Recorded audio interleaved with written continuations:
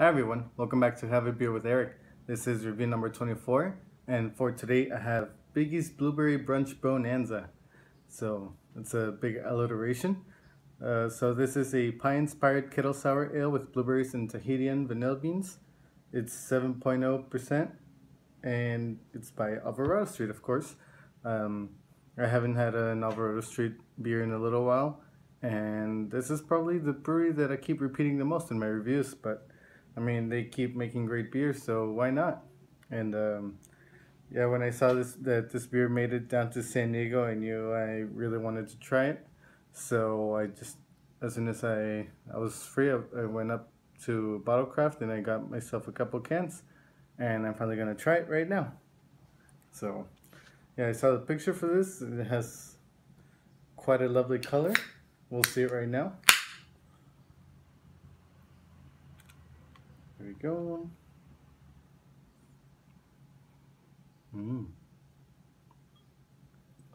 Look at that color though.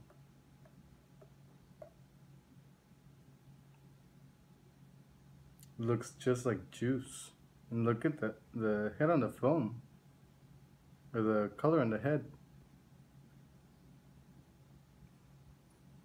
So pretty much right now from the nose, just from pouring the beer, I smell a lot of fruit, like blueberries, obviously, like raspberries, cranberries, just a bunch of like a mixture of berries. I love the color of the head. The head's about almost 2 fingers. It's like finger and a half. Pinkish head. The color looks really nice. Completely you can't. It's not see-through. So this is a kettle sour. So they tried to imitate a blueberry pie, and let's get a whiff. So I get more of the sour acidity notes from the smell up close rather than farther away. Farther away it was just like a bunch of fruit. Now it's more acidity, so it might be more on the tart side. So, well, time to try it out. Cheers.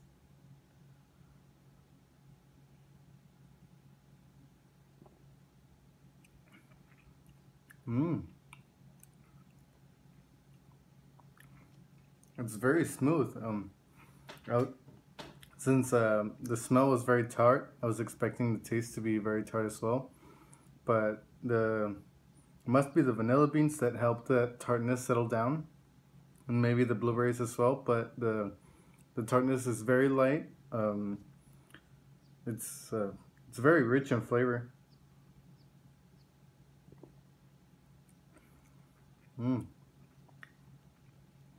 I feel like just from trying this beer, I'm gonna end up with like a bluish, pinkish, like tongue and like mouth.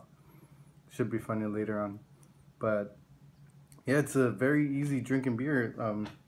There's no way this is 7%, and actually 7% for your regular sour is it's actually quite a bit high. The sours are usually around like 4, maybe 5%, but yeah, there's no way this tastes like 7%. It's very smooth. Lots of fruit right there. Lots of berries. Some creaminess in there.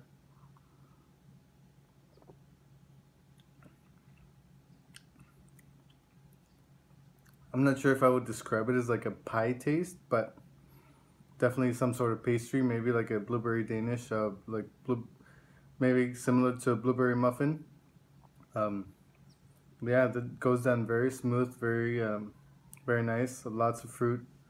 Um, yeah, this is a really good beer. I'm so glad I got a couple of cans. I bought one through my membership, and then when I went to go pick it up, they had some on the fridge, so I picked up one more. But yeah, this is a really very smooth beer. Um, the tartness is very low. You actually get a lot more tartness out of the smell than the taste, so it must have been the vanilla beans that really helped to go really well with the tartness, so the tartness didn't get too puckery, and makes it all like kind of creamy.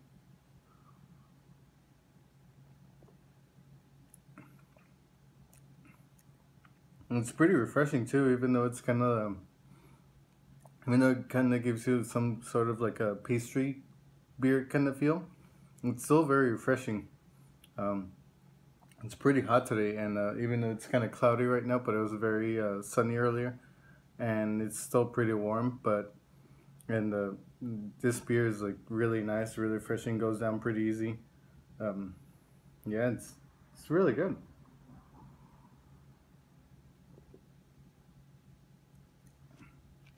Let's pour the rest of this. Yeah, and I love the color too. Both of the beer and see, there we go, the head again. It's a beautiful color of the foam. It's very nice, just a little pinkish hue. Um, but yeah, this kind of reminds me of like kind of like blueberry candy, maybe like a blueberry Jolly Rancher, or like a blueberry Fun Dip. It's it's sweet, very fruity, not that tart, so it makes it really nice. The tartness, you get it just a little bit.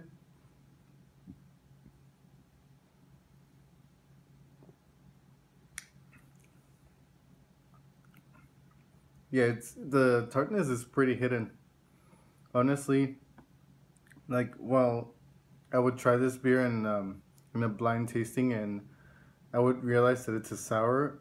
It's it's not really that much like, I wouldn't really describe it as like a full on sour. It's very tamed. It's a very tamed beer, and yeah, I'm very surprised how they subdued the sour with a bunch of fruit and a bunch of vanilla beans, and they made it into kind of like a pastry sour, which I've actually never had before, and it goes really well. It makes for a great pastry sour. So if you were wondering, now there's pastry stouts and porters, there's pastry IPAs, and now there's pastry sours. They're making pastry everything now, apparently.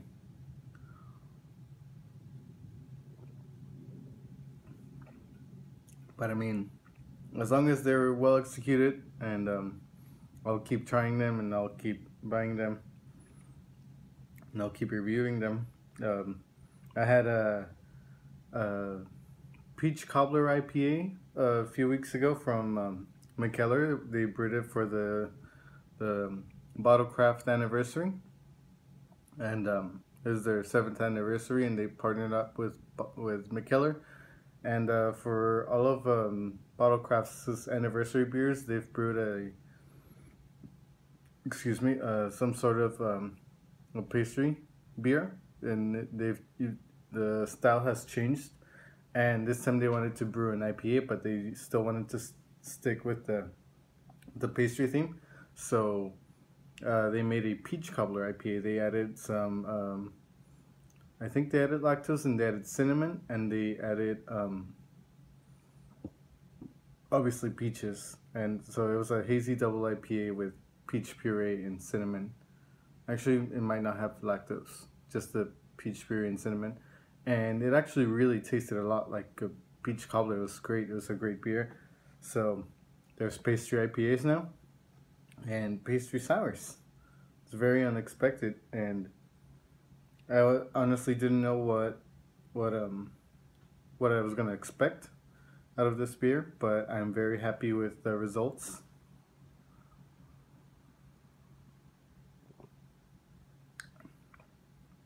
Definitely a wonderful beer. Kind of even the mouthfeel is very smooth, a little creamy, so it kind of reminds me of like a cream ale. It's kind of tastes kind of like a sour cream ale with blueberries. I think that's the best thing that I can describe it as.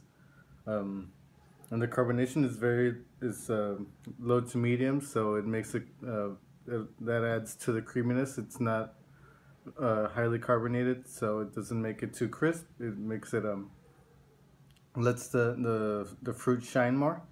So that was a great idea.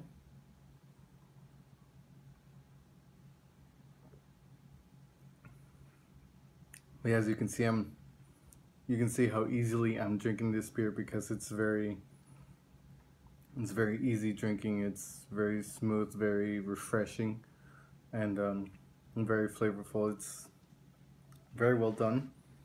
Um, I don't know what this beer had a rating for in the on Untapped, but I think I give this maybe a 4.5 probably. Um, it sounds about right. I'm really enjoying this. And it's my first pastry IPA, or pastry sour. So I don't think I can't. I mean, I can't compare with anything similar. So I think 4.5 would be appropriate for how I'm liking it. Maybe if there's more pastry sours in the future, more pie-inspired sours in the future, maybe I can compare and see how good other beers are compared to this one, and try to get a better scale off of that.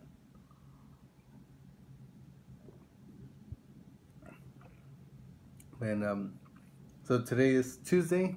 I'm actually recording pretty early because it's Comic-Con week, so I'll be pretty busy. But I'll post it tomorrow on a Wednesday. Finally, I'm getting back on track on posting my reviews on Wednesday.